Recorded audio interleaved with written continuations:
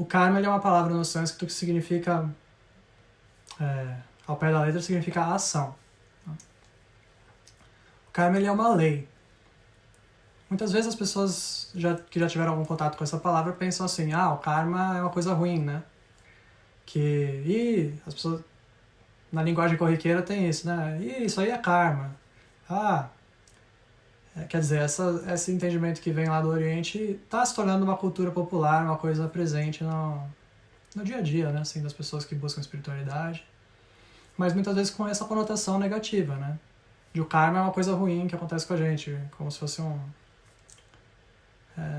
enfim, né? Sempre com essa conotação negativa.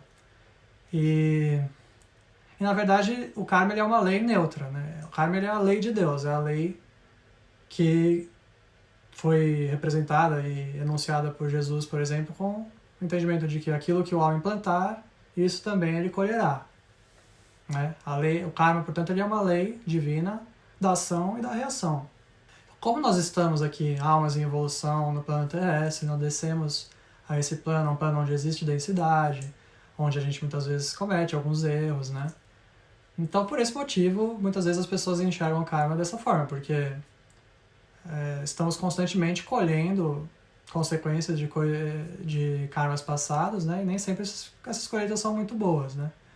Então, é natural que as pessoas pensem dessa forma, mas é importante a gente manter em mente que o karma em si, a palavra em si e a ideia é algo neutro, né? É uma lei do plantio e da colheita. Né? E o que é o Dharma? O Dharma, ele é o propósito divino, é aquilo que nós efetivamente viemos aqui para realizar. Né? As nossas almas, elas foram criadas, isso são ensinamentos da Grande Fraternidade Branca, de que as almas são criadas no núcleo de fogo branco, no coração do grande sol central. Essa é uma esfera profundamente espiritual, onde não existe o erro, onde não existe o pecado, a esfera de pureza, onde nós habitávamos, no coração de Deus. Né? E Deus então criou as nossas almas, criou a partir do núcleo de fogo branco, e as nossas almas foram criadas com um propósito a ser cumprido. Né? Alguns de nós nos pleiteamos diante do divino de receber o dom do livre-arbítrio e descer às esferas materiais. Né? Isso ainda estamos falando de um ponto assim bem próximo dessa esfera espiritual, do grande sol central, né? Antes de assumirmos uma encarnação, né? na Terra. Então, nossas almas viajaram por vários lugares do cosmos, desde essas esferas mais elevadas até chegarmos aqui onde nós estamos. Né? E poderíamos ter feito todo esse percurso sem nunca ter errado? Poderíamos. Muitas almas fizeram isso. Né? Existem relatos de almas do passado que fizeram isso, conseguiram descer dessas esferas, cumprir uma missão, seja ela de salvação, de levar ensinamento, de profecia. E então cumpriram seu Dharma, cumpriram seu propósito divino e retornaram. Né? Nós temos um momento da nossa alma, né, que é o que é trazido na tradição católica como o pecado original. Né? O pecado original, ele não é algo apenas que Adão e Eva fizeram e que toda a humanidade então se tornou, sofre as consequências do que Adão e Eva fizeram. Né? Isso é uma doutrina falsa, assim, né? Na verdade, Adão e Eva eram almas como nós, que habitavam essa esfera mais elevada, o Jardim do Éden, esferas espirituais, onde não existia o erro, né, digamos assim. Eu já vou esclarecer alguns podem estar pensando, né, mas então por que a serpente? Como é que tinha uma serpente lá no meio? Né? Mas eu já vou esclarecer esse ponto. Aqui esse ponto não é tão central nesse momento. Né? Mas então, essas almas estavam lá, assim como nós, e teve algum momento das nossas almas em que nós fizemos também o nosso próprio pecado original, digamos assim, né? Que é o momento, o primeiro erro, né? A primeira vez que nós fizemos algo que é contrário à vontade de Deus. Né? Então agora retornamos. Por que então a serpente, né? Porque Deus nos testa.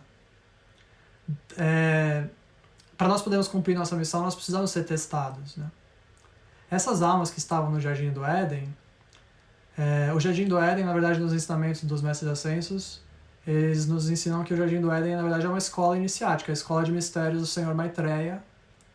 Então, o Deus que andava ali, que dava os comandos, que dava as ordens, era o Senhor Maitreya, que é um mestre ascenso. E ele dava esses comandos, né? Então, você não vai comer dessa árvore, porque no momento que você comer dessa árvore, você vai conhecer o bem e o mal. E aí certamente você vai morrer. E aí aparece a serpente. Então, o comando foi dado. O mestre deu o comando. E aí ele testa a alma para ver se a alma obedece o comando, né? O comando superior da voz de Deus que fala por intermédio do mestre. Então, às vezes o Deus autoriza a presença do tentador, da serpente, ou o que quer que você queira chamar, para fazer esse teste da alma, né? Então as almas ali foram testadas e nesse caso as almas de Adão e Eva não passaram nesse teste. Essa narrativa foi incluída na Bíblia, está lá, e acredito que nós devemos lê-la como simbólica da nossa própria alma também, porque nós que estamos aqui evoluindo na Terra, em algum momento nós contraímos karma negativo, né? Fizemos ações erradas e tudo mais, e agora nós precisamos nos responsabilizar por aquilo que fizemos e encontrar um caminho para desfazer esse karma negativo, né? Desfazer esse pecado e poder promover uma purificação em todos os nossos veículos inferiores, que são o corpo físico, corpo emocional, corpo mental e o corpo de memórias, purificando esses 4 corpos inferiores para retorná-los à pureza da energia original na qual nós somos criados, né? Que é a imagem e semelhança de Deus. Deus nos criou a sua imagem e semelhança.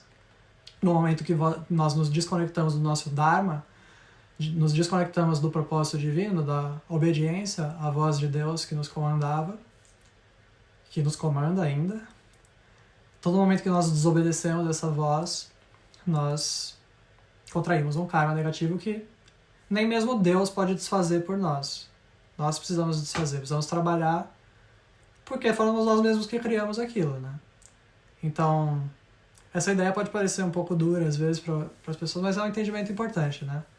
Que existem coisas que são nossa própria responsabilidade que nós precisamos nos responsabilizar. No momento que nós nos responsabilizamos, falamos, ok, eu vou aceitar o meu karma, eu vou trabalhar, eu vou buscar me aperfeiçoar, vou buscar limpar isso para retornar a Deus. No momento que nós nos comprometemos com isso, obviamente existe muita ajuda dos mestres, muita ajuda dos seres divinos, dos anjos, dos serafins, querubins, existem legiões e legiões e legiões de intercessores divinos que podem nos ajudar nesse trabalho, né? Nos dando misericórdia, nos dando redenção, nos dando as energias que nós precisamos para passar nossos testes. Mas tudo começa com a nossa determinação de falar, ok, eu errei, agora eu vou consertar, né? Então, ao fazer esse processo de purificação interior, de autorresponsabilidade, nós estamos gradualmente migrando de uma vida determinada pelas circunstâncias kármicas que nós plantamos no passado, por essas negatividades que acontecem com a gente no dia a dia. Estamos migrando dessa vida kármica, no sentido negativo do karma, para uma vida dármica, uma vida que nós não estamos mais carregando um grande peso nas costas do nosso passado, mas estamos efetivamente, positivamente, cumprindo aquilo que fomos criados para fazer, para ser, né? Como fazer isso, né? Como fazer? Existem 2 jeitos de nós purificarmos nosso karma. O primeiro deles é o modo que a grande maioria do mundo utiliza, que é o karma se manifestando na esfera física, né? Então, como que é isso, por exemplo? Todos os dias, algum karma do nosso passado vai ser retornado a nós para ser redimido, né? É para isso que nós estamos aqui, para isso que nós estamos evoluindo na matéria, que é um lugar de testes, é um lugar de provas, onde esse karma ele retorna a nós para nos testar, para ver quanto que a gente consegue transmutar. Então, todos os dias, você acordou de manhã, ali 5h30 da manhã, o sol nasceu, o seu karma está ali esperando você na porta da sua casa, né? A parcela que os senhores do karma, que é um conselho de mestres ascensos, eles analisam a vida de cada um de nós pessoalmente e falam, essa pessoa está preparada para lidar com essa parcela hoje. E aí eles devolvem essa parcela do nosso karma, que é nosso próprio karma, que nós mesmos criamos, para ser transmutado naquele dia. E como que nós transmutamos isso? Tem 2 jeitos. Um deles é efetivamente se manifestar na esfera física. Então, eu estou saindo de casa, eu pretendi cruzar a cidade para encontrar um amigo, para depois a gente, né, se juntar e fazer uma apresentação, o que quer que seja, né? Você tem um propósito construtivo que você quer realizar naquele dia, aí você sai com o seu carro ali e fura o pneu, né?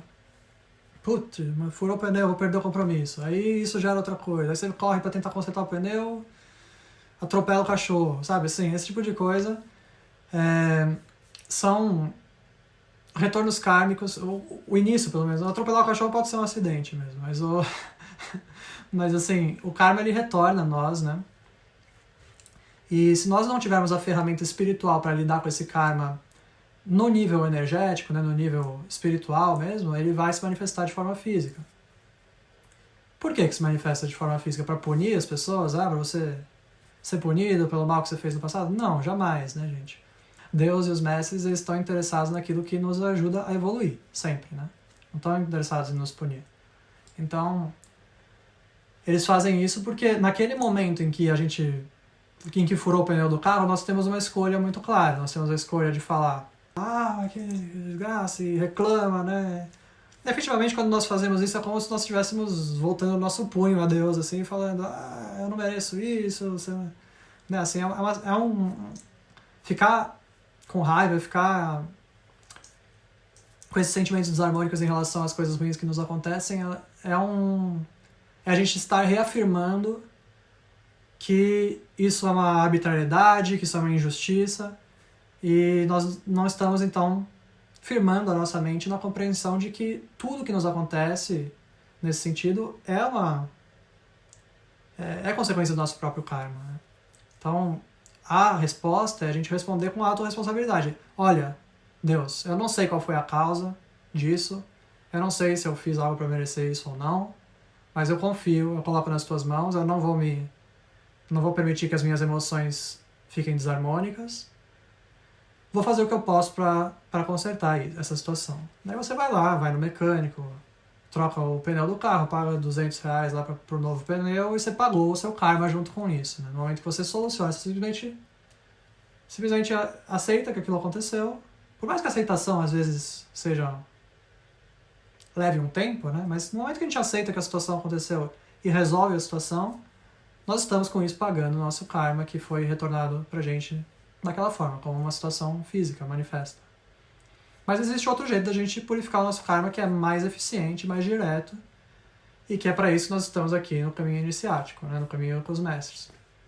Porque os mestres nos dão ferramentas para a purificação do nosso karma, para que ele não precise se manifestar na esfera física, para que nós consigamos purificar esse karma na esfera espiritual, diante do nosso altar, com as nossas orações, com as nossas ferramentas, com a nossa meditação, e principalmente com o uso da chama violeta, que é a principal ferramenta que os mestres nos deram para que nós possamos purificar o nosso karma. A chama violeta talvez seja a maior dádiva dada aos seres humanos, à humanidade terrestre, desde muito, muito, muito tempo.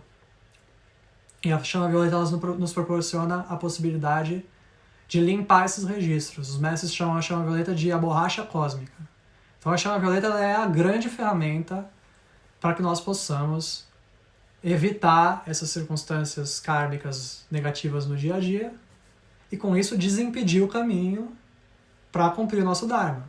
Então aí o pneu do carro não vai furar, você vai chegar tranquilo naquilo que você pretendia realizar, você vai se juntar a um amigo, e não só você vai conseguir realizar aquilo que você pretendia, como ainda vão vir ajudas. Vai aparecer uma pessoa para te ajudar, vai aparecer outras pessoas que estão alinhadas no mesmo propósito. Então essa é a beleza do Dharma, né? No momento que a gente limpa o karma negativo, a gente passa a entrar no ciclo do Dharma, na exuberância, na abundância do Dharma que se realiza, que se cumpre, e aí nós passamos a habitar dentro do divino, dentro de Deus e realizar as suas obras, né? Deus realiza as suas obras por nosso intermédio e nós colocamos as nossas obras a serviço de Deus, né?